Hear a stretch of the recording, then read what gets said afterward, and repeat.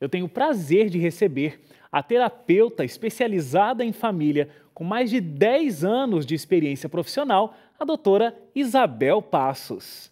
Ei, doutora! Pois é, Wagner. Que bom ter a senhora aqui no Identidade. O prazer é todo meu. Eu estou me sentindo assim muito feliz, muito honrada pelo convite. Eu sempre assisto os programas que a senhora participa aqui na Novo Tempo. A gente sempre se encontra nos bastidores. Sim. A senhora já disse que assiste também o Identidade, Sim. mas hoje conseguimos aqui Sim. fazer a agenda dar certo. É verdade, é verdade. E fazer a agenda dar certo porque eu disse ali que viaja pelo Brasil inteiro, mas não é nem só Brasil, né? Não A senhora viaja aí fazendo essas palestras palestras para família, para casais, muito em vários lugares do mundo, inclusive, né? Sim.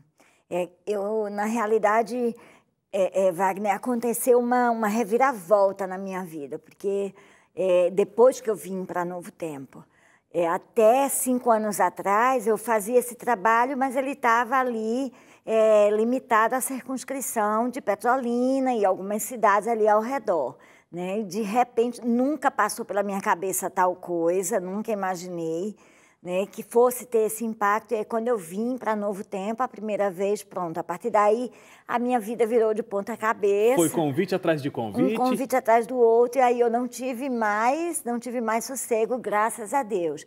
Eu sou muito agradecida pelo privilégio que Deus nos dá de poder servir, de ter ampliado essa voz, né, de ter ampliado o nível de influência, a esfera de influência, que a gente pode fazer diferença na vida de mais pessoas. Então, isso, para mim, é uma honra muito grande. Eu sempre tive um lema na minha vida. Eu sempre disse que eu gostaria de ter o enterro de Dorcas. Que eu gostaria de que na minha morte as pessoas consolassem os meus filhos, dizendo a eles o quanto que eu fiz diferença na vida delas. Porque se não for dessa forma, parece que a vida não vale a pena. Sabe? A vida só vale a pena se for servindo. A vida só vale a pena se você puder fazer realmente a diferença. Se você for lembrada como alguém que ajudou, que pôde mudar a vida de alguém. Então, que filosofia interessante e muito bonita de vida, e eu acho que nem todo mundo realmente vive para isso, né? Ou viver para servir, às vezes pode ser uma frase de efeito, mas nem sempre a pessoa tem isso realmente interiorizado, né? Tem isso no coração. Não, isso para mim é muito forte. É engraçado que eu já andei em muitos lugares. Lugares de muita cultura, lugares de pouca cultura, lugares... eu já estive com pessoas que tinham uma condição social abençoada, abastada, já estive também com pessoas de uma condição financeira difícil, mas de todos os lugares que eu andei, Wagner, de todos os lugares que eu andei, o lugar que mais me tocou foi a Amazônia. É mesmo? O lugar que mais me tocou... E por quê? Por conta de serem pessoas que vivem numa situação de dificílimo acesso, sabe? A ajuda chega a eles com muita dificuldade. Nem todo mundo quer ir lá. Agora, eu fiz uma viagem lá para a Amazônia, eu fui até Maués, né, que é o município do Amazonas, que fica a mais ou menos 15 horas de barco de Manaus. Então, quando eu cheguei naquele lugar, que eu vi aquelas pessoas, eu encontrei ali, a partir dali eu pensei o seguinte: se eu ficasse viúva, meu marido falecesse e meus filhos estivessem formados, eu não teria dúvida. Eu pegaria minha aposentadoria e eu ia viver minha vida cuidando daquelas pessoas. É muito interessante ouvir isso, porque muita gente vai para lá, tem essas missões, né, para esses lugares, esses extremos do Brasil, e as pessoas elas querem ir lá passar um tempinho, o que é muito bonito, inclusive, né, dedicar férias para isso. Agora, dedicar uma vida para o serviço é uma vida de muita abnegação. E eu até faço um link aqui, porque quando a gente vai falar de família, que é o seu grande assunto, a gente vê que cada vez mais os casamentos eles estão se desfazendo. A gente foi pesquisar como é que estão os números atualmente, a gente encontrou um dado do IBGE que de 2005 a 2015 aumentou o número de divórcios em 160%. É um número altíssimo. Será que é isso que está faltando? Exatamente isso que a gente está conversando? Ninguém está disposto a servir? Todo mundo está disposto a ser servido? E essa não é a métrica que faz o casamento dar certo? E é importante dizer que essa estatística não corresponde exatamente à realidade, viu? Ela pode ser muito maior que isso. É porque isso aqui é legal, né? Isso, Agora, isso as aí pessoas é do que registro simplesmente... civil. Isso aí não está incluso aí as uniões informais. Se incluir as uniões informais, o número pode dobrar, entendeu? Com certeza. É muito mais sério. A situação ela é muito mais grave do que, na realidade, ela parece. E, assim, tem tudo a ver com o que você está trazendo, com o link que você está fazendo, Wagner, porque, assim, as pessoas, elas vivem muito sem sentido para a vida, sem objetivo para a vida. Hoje, a gente vive uma vida extremamente individualista, voltada para nós mesmos. As pessoas se unem para se satisfazer, entende? Elas não se unem mais para uma cuidar da outra. Elas se unem para que sejam cuidadas. E a senhora acha, doutora, que isso era diferente no passado? Ou as pessoas, elas no passado, se casavam com o mesmo objetivo, de serem cuidados de não cuidar? Não, eu acho que a única coisa que acontecia no passado era que, no passado, como nós tínhamos uma sociedade mais patriarcalista ainda do que temos hoje, porque ainda é patriarcalista, a gente não adianta fugir disso. Como a gente tinha uma sociedade muito mais patriarcalista, onde era muito voltada e mais voltada ainda para o homem, então as pessoas se uniam, o homem se unia a uma mulher com a expectativa de ser servido por ela. Então o espírito de serviço... E a mulher era criada para isso também. Ela era criada para servir, ela era criada para servir. A grande questão hoje, e o que traz um número como esse, é exatamente essas mudanças de papéis sociais. Que hoje ser homem e ser mulher não tem mais o mesmo contexto que tinha no passado. Especialmente as mulheres, elas estão assumindo um outro espaço, é um novo modo de ser mulher. E que está obrigando, vamos dizer, a surgir também um novo modo de ser homem. Às vezes resistente, talvez por isso aumente o número de violência, porque o homem não se encontra confortável nesse papel de igualitário, não é? Ele fica muito mais confortável no papel do comando. Então, o ser igual para ele não é um lugar confortável. Nós temos uma sociedade ainda, uma cultura ainda muito fálica, muito voltada para o falo, para o poder masculino.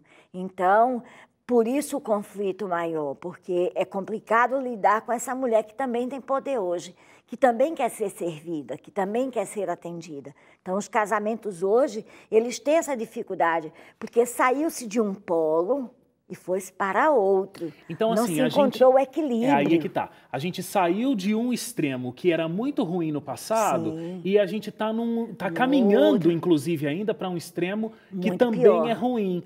Porque quando a Bíblia, inclusive, diz que o homem é a cabeça do lar, ele não está dizendo que é para ser como antes, né? Que ele dá as ordens, não ouve a mulher, ele quer ser servido, ele tem praticamente uma empregada doméstica, na verdade não uma empregada doméstica, ele tem uma escrava doméstica e não tem uma esposa. E ao mesmo tempo a gente está caminhando para uma época onde está querendo se inverter isso, né?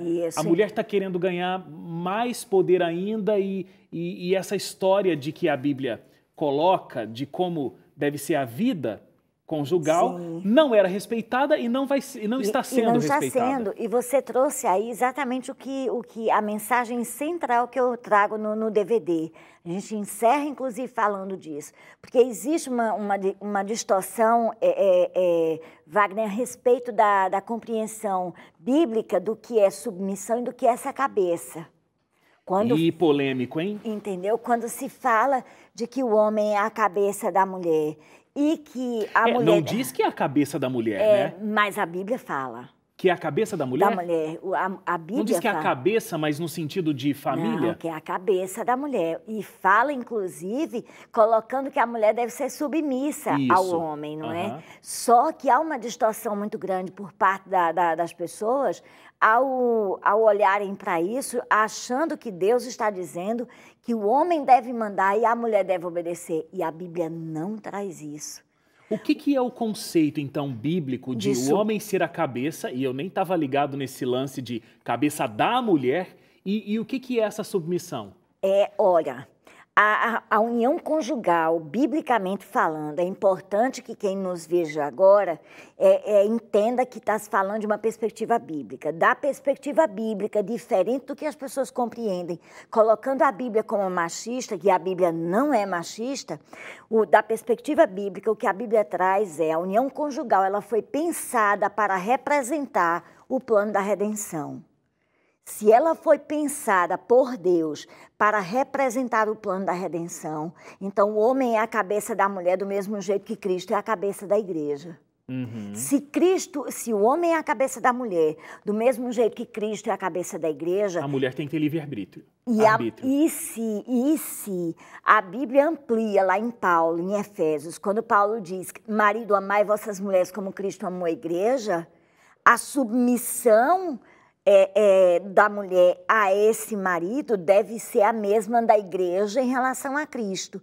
E o amor precisa ser o mesmo. Como foi que Cristo amou a igreja? Se entregando e servindo a ela. Dando a vida por ela. Por ela. Então, para que esse homem seja digno dessa submissão, ele precisa cuidar, proteger, ele precisa santificar essa mulher, do mesmo jeito que Cristo fez.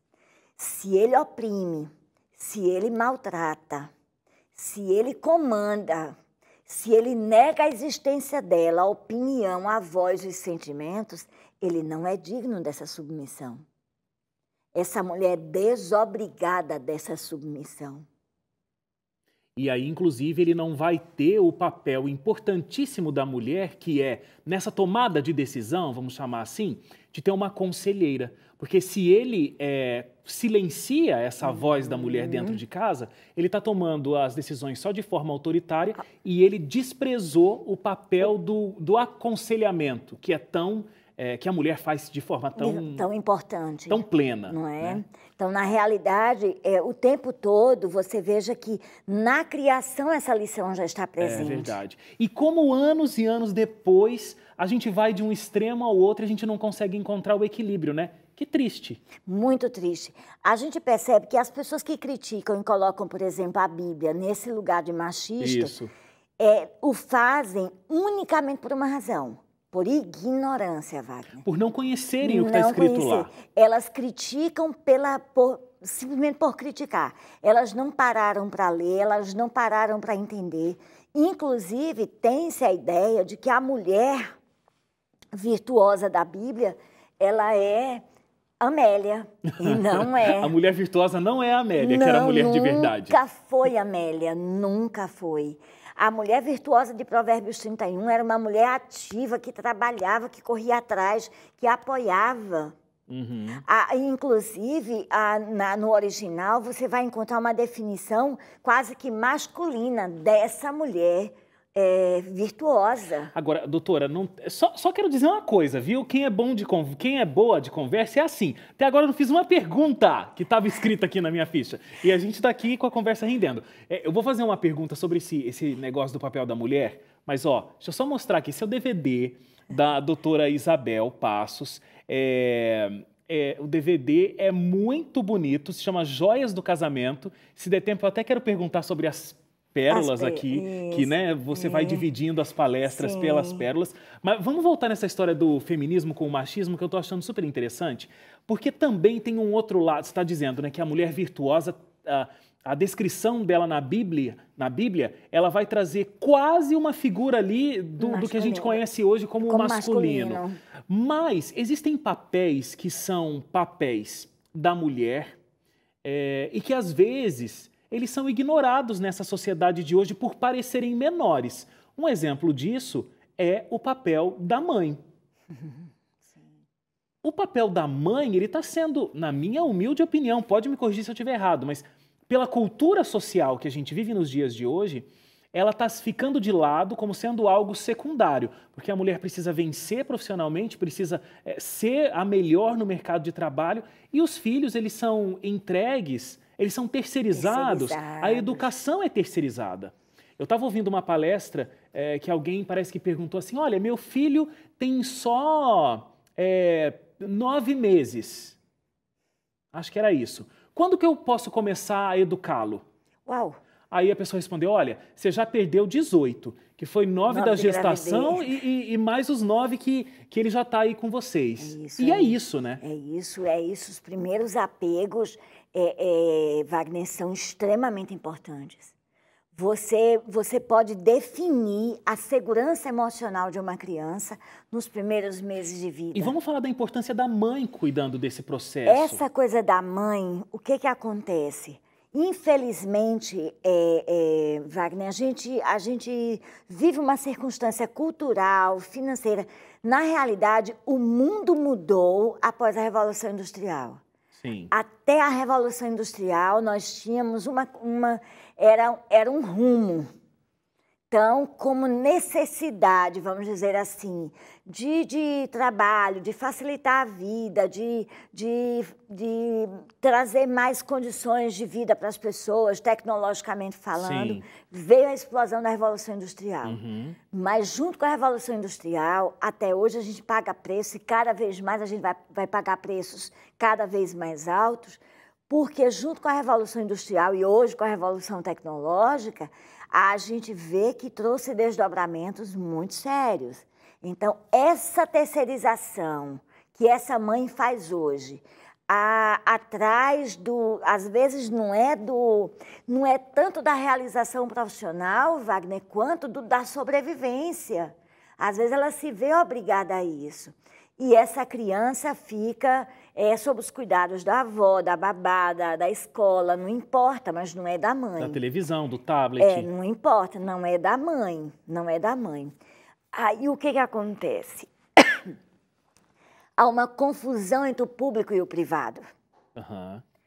Não se mede as consequências disso. Então, aquilo que era da ordem do privado, uma decisão que foi tomada da ordem do privado, sobre a qual ninguém pode, o poder público não pode intervir, porque é da ordem do privado, eu tenho liberdade para decidir de não ser só mãe, de não cuidar do meu filho, eu posso terceirizar a educação do meu filho. Mas aí o que acontece? Os possíveis desdobramentos, estou dizendo que vai ter, mas que poderão acontecer, desdobramentos dessa terceirização, os sintomas que podem aparecer nesse adolescente, nesse jovem lá no futuro, sairão da ordem do privado e irão para a ordem do público. E aí vai ser um problema público. Aí é um problema público. Aí o poder público intervém. Ô, doutor, é o seguinte, a gente tem que fazer um intervalo, mas eu ganhei mais um bloco pra gente conversar. Olha como a produção ficou boazinha. Então, eu vou pro intervalo, mas eu volto aqui com a doutora Isabel Passos e a gente vai continuar conversando, porque a conversa tá muito interessante. Então não sai daí, porque inclusive na volta eu quero falar o seguinte, a gente está falando sobre a mãe abandonar esse papel da educação, mas por anos a fio, inclusive nessa sociedade extremamente patriarcal que a gente falou no começo, o pai abdicou do papel dele dentro dessa educação também, né? Então, intervalo super rápido, a gente volta já com Identidade com a doutora Isabel Passos.